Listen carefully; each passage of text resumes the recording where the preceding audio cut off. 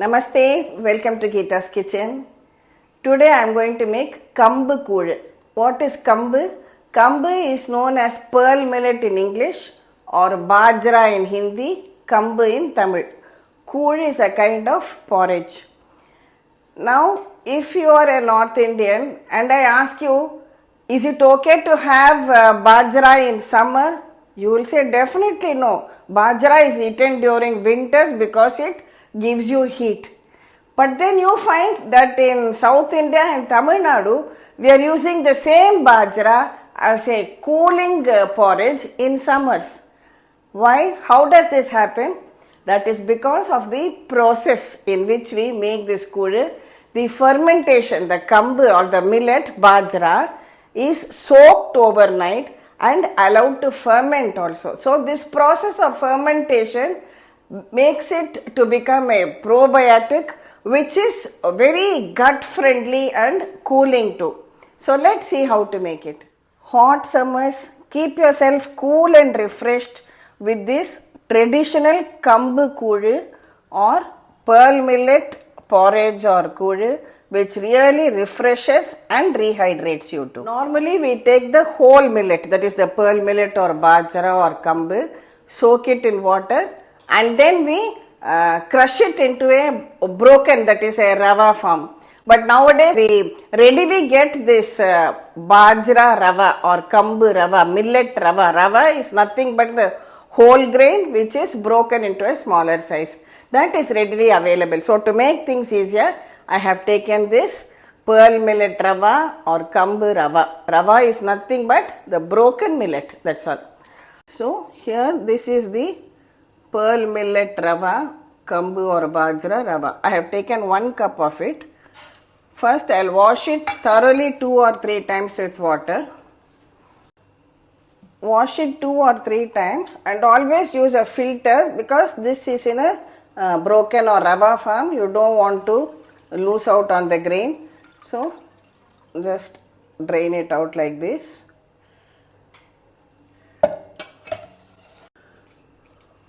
Now take the washed millet in a bowl, add plenty of water and we will allow it to soak overnight or for 6 to 8 hours. It is about 8 hours now. We soaked the millet in the morning. So now we can cook the millet. I soaked 1 cup of this millet. So I am taking 4 cups of water and we will bring it to a boil.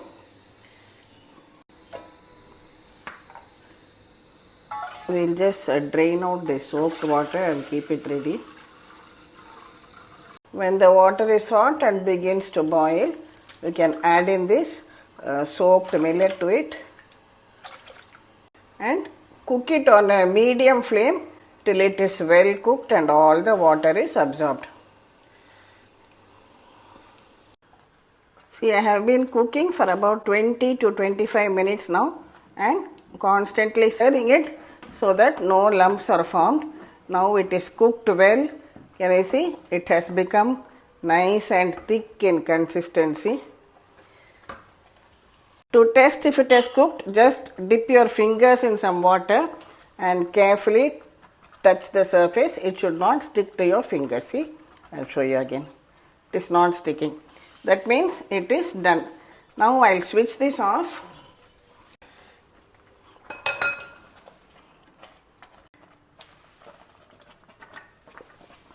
See, I have removed it to the stand on my countertop and because of this clay pot, see how it is continuing to bubble like this. Just allow it to rest. Let it cool down completely. Then at night I will show you how to ferment it. So just leave it alone for another 3 hours also. We cooked the pearl millet or kambu in the evening and then we let it to cool down completely to room temperature. Now it is night. Let's do the next process. Now have a look at it now.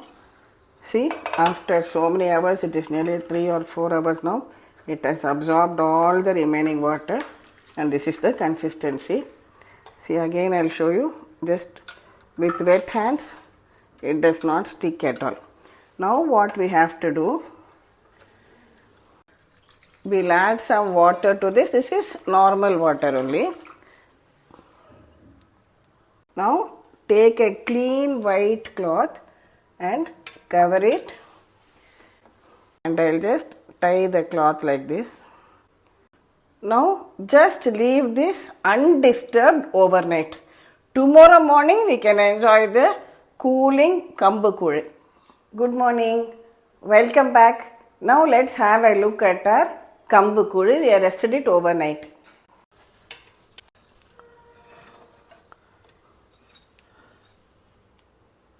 Now we have allowed it to ferment overnight and it has been soaking in the cool water also. Next, now to make the koozhu, you take some curd in a bowl, and first we'll just churn it a little bit. Now to this we can add the required quantity of this cooked kambu or pearl millet, bajra. Add some salt and again mix it all well together.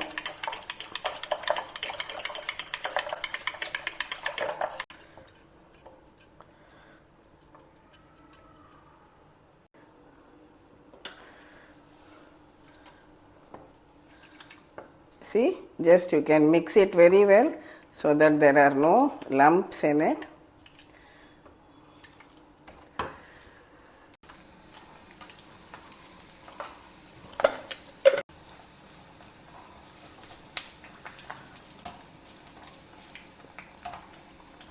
These curd chilies are also made in the summers. Chilies are soaked in curd, dried in the sun. I have given you the recipe many years ago on my channel. So it's a great accompaniment for this koozhu.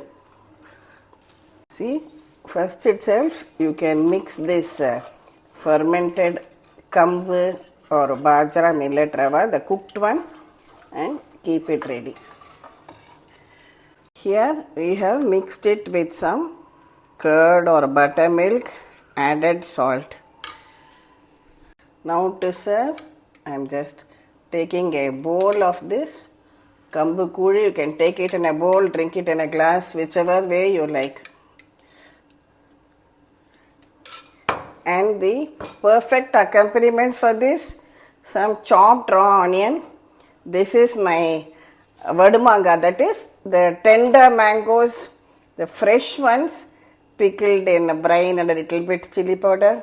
This is slices of fresh raw mango with some chili powder sprinkled on it, and these are the curd chilies which I just now fried. So enjoy this cool, refreshing Kambu Koozhu or millet porridge and beat the hot summers. This traditional summer drink of Kambu Koozhu or this millet gruel or porridge really keeps you hydrated. That's a very great advantage in summers. Keeps your gut very cool, refreshed, and also especially kambu, that is bajra or pearl millet, is a good source of protein and fiber too. Now I know many of you might have some questions, so let me try to clear out some of the questions which might appear in the comments. Can we use the same process with other millets also? Yes, definitely you can. Earlier I have shown you how to prepare this ragi ambali using ragi flour. Here we have used the same process, but the millet rava, pearl millet rava we have used. And as I told you earlier, when the pearl millet is fermented, then it becomes a very good cooling beverage or cooling drink for summers. See, not the winters are harsh. So we use bajra in the winters to generate heat. In the south, the summers are very harsh, winters are little bearable. So we ferment this millet and make it into this koozhu or porridge. So you can use little millet also, sama, any other millet, brown top, whatever millet you have, you can use the same process and make a fermented, probiotic, gut friendly drink for this summer. Another question which I foresee might come up, Geeta, I don't have a clay pot. Can I make it in an ordinary cooker or a steel vessel? Yes, you can. Go ahead. I've just shown you the traditional earthenware because I had it with me. It has its own advantages though, but still you can cook it in any other bowl and proceed with the same process. And maybe you don't have any cloth to cover it, you don't have it readily with you, or if you have an earthenware clay lid to cover the pot, that's also very good. See, the basic meaning of covering it with a cloth is for that aeration to happen so that the fermentation is really very well done too. So whichever way you make, I'm not getting this millet. I'll try to see if I can get the link, then I'll share it with you. I don't have this millet rava with me. Can I use the whole millet? Definitely you can. Soak the millet for 5 to 6 hours also. Drain the water, run it in your mixie till it is broken to this rava form, that is a millet, broken millet or semolina form, and then I follow the same process. So whichever millet you take, whichever process you follow, I mean whether it is the whole one or the broken one, the rest of the process remains the same. Some people also, I have seen, they add some cooked rice to this. When you cool it overnight, they add cooked rice and they feel that makes it, it enhances the taste. If you like, you can do that also. Today I have not done that. So I hope I have answered many of the FAQs which are likely to come up on my video. Thank you for watching the video. Please subscribe to Gita's Kitchen. And we'll meet again with another interesting episode from Gita's Kitchen. Thank you.